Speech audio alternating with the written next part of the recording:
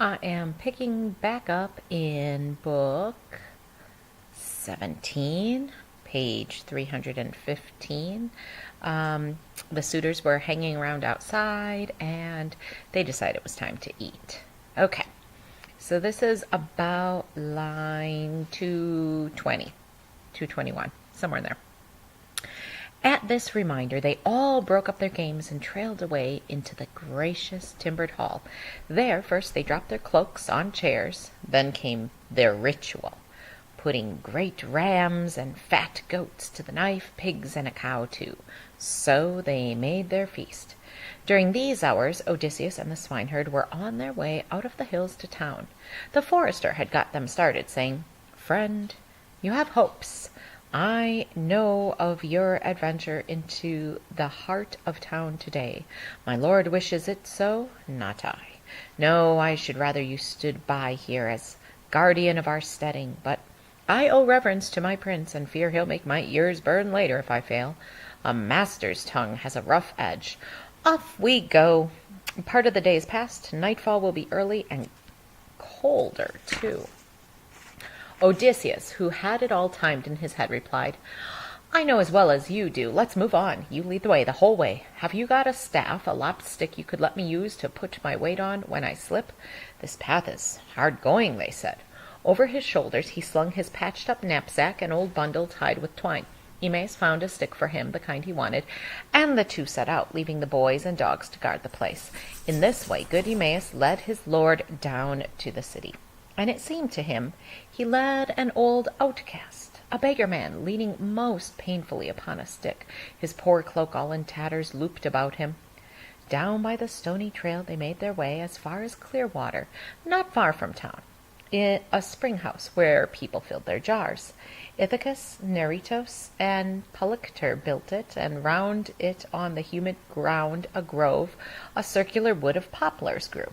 Ice cold in runnels from a high rock ran the spring, and over it there stood an altar stone to the cool nymphs, where all men going by laid offerings. Well, here the son of Dolios crossed their path, Melanthius. He was driving a string of choice goats for the evening meal, with 2 goatherds beside him, and no sooner had he laid eyes upon the wayfarers than he began to growl and taunt them both so grossly that Odysseus's heart grew hot. "Here comes one scurvy type leading another. God pairs them off together every time. Swineherd, where are you taking your new pig, that stinking beggar there, licker of pots?" So Melanthius is friendly with the suitors, and he is going to give Odysseus and Eumaeus a really hard time. Odysseus has to control his temper, otherwise he'll give himself away. "How many doorposts has he rubbed his back on, whining for garbage, where a noble guest would rate a cauldron or a sword? Hand him over to me. I'll make a farmhand of him, a stall scraper, a fodder carrier. Whey for drink will put good muscle on his shank. No chance. He learned his dodges long ago. No honest sweat. He'd rather tramp the country begging to keep his hoggish belly full. Well, I can tell you this for sure, in King Odysseus's hall, if he goes there, footstools will fly around his head. Good shots from strong hands. Back and side, his ribs will catch it on the way out." And like a drunken fool, he kicked at Odysseus's hip as he passed by, not even jogged off stride or off the trail. The Lord Odysseus walked along, debating inwardly whether to whirl and beat the life out of this fellow with his stick, or toss him, brain him on the stony ground. Then he controlled himself and bore it quietly. Not so the swineherd. Seeing the man before him, he raised his arms and cried, "Nymphs of the spring, daughters of Zeus, if ever Odysseus burnt you a thigh bone in rich fat, a ram's or kid's thigh bone, hear me, grant my prayer. Let our true lord come back. Let heaven bring him to rid the earth of these fine, courtly ways Melanthius picks up around the town, all wine and wind, bad shepherds ruin flocks." Melanthius, the goatherd, answered, "Bless me, the dog can snap. How he goes on! Some day I'll take a slave ship overseas and trade him for a herd." So that's quite a cut at Eumaeus, saying he's going to sell him as a slave someplace else and bring back a whole herd. Old silver bow Apollo, if he shot clean through Telemachus in hall today, what luck! Or let the suitors cut him down. Odysseus died at sea. No coming home for him. He flung this out and left the two behind to come on slowly, while he went on hurrying to the king's hall. There he slipped in and sat among the suitors beside the one he doted on, Eurymachus. Now, remember, Eurymachus is one of the earlier bad guys up there with Antinous, who's been named to us earlier, so one of the worst. Then working servants helped him to his meat, and the mistress of the larder gave him bread.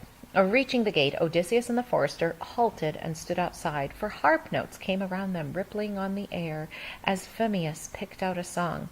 Odysseus caught his companion's arm and said, "My friend, here is the beautiful place. Who could mistake it?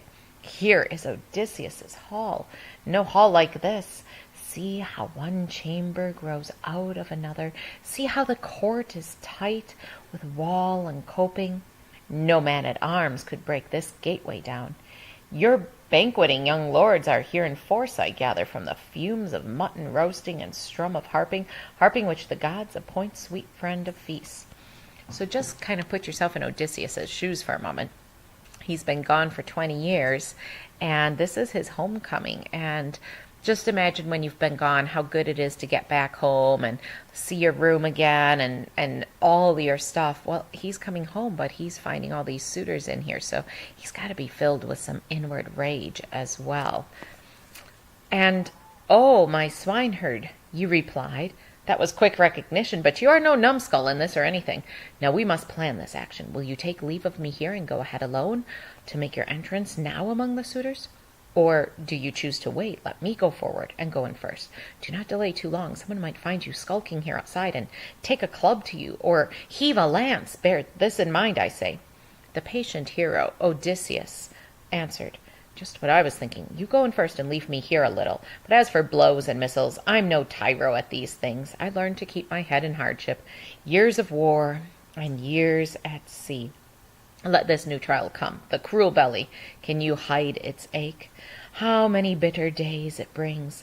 Long ships with good stout planks athwart. Would fighters rig them to ride the barren sea, except for hunger?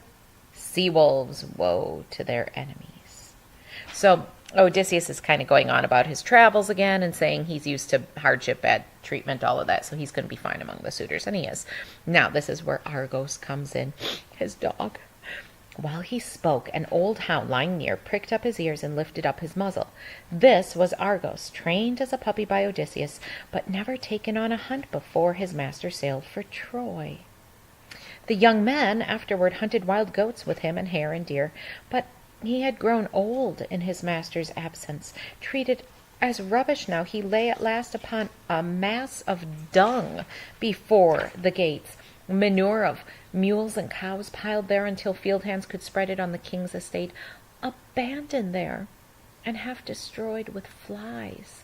Old Argus lay. So, yuck, half destroyed with flies. So basically, the flies are chewing on this poor old dog. He's got maggots growing in him. Yuck. But when he knew he heard Odysseus's voice nearby, he did his best to wag his tail nose down with flattened ears, having no strength to move nearer his master, and the man looked away, wiping a salt tear from his cheek, but he hid this from Eumaeus. Then he said, "I marvel that they leave this hound to lie here on the dung pile. He would have been a fine dog from the look of him, though I can't say as to his power and speed when he was young.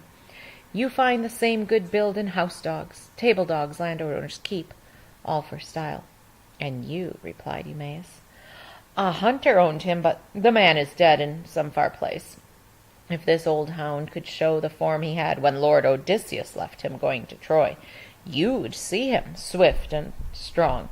He never shrank from any savage thing he'd brought to bay in the deep woods. On the scent, no other dog kept up with him. Now misery has him in leash. His owner died abroad, and here the women slaves will take no care of him. You know how servants are. Without a master, they have no will to labor or excel.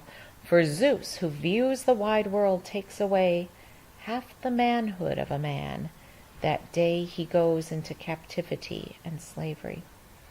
Homer definitely comments on a lot of different things within the Odyssey, and here's just a very subtle commentary on servants and masters and slaves.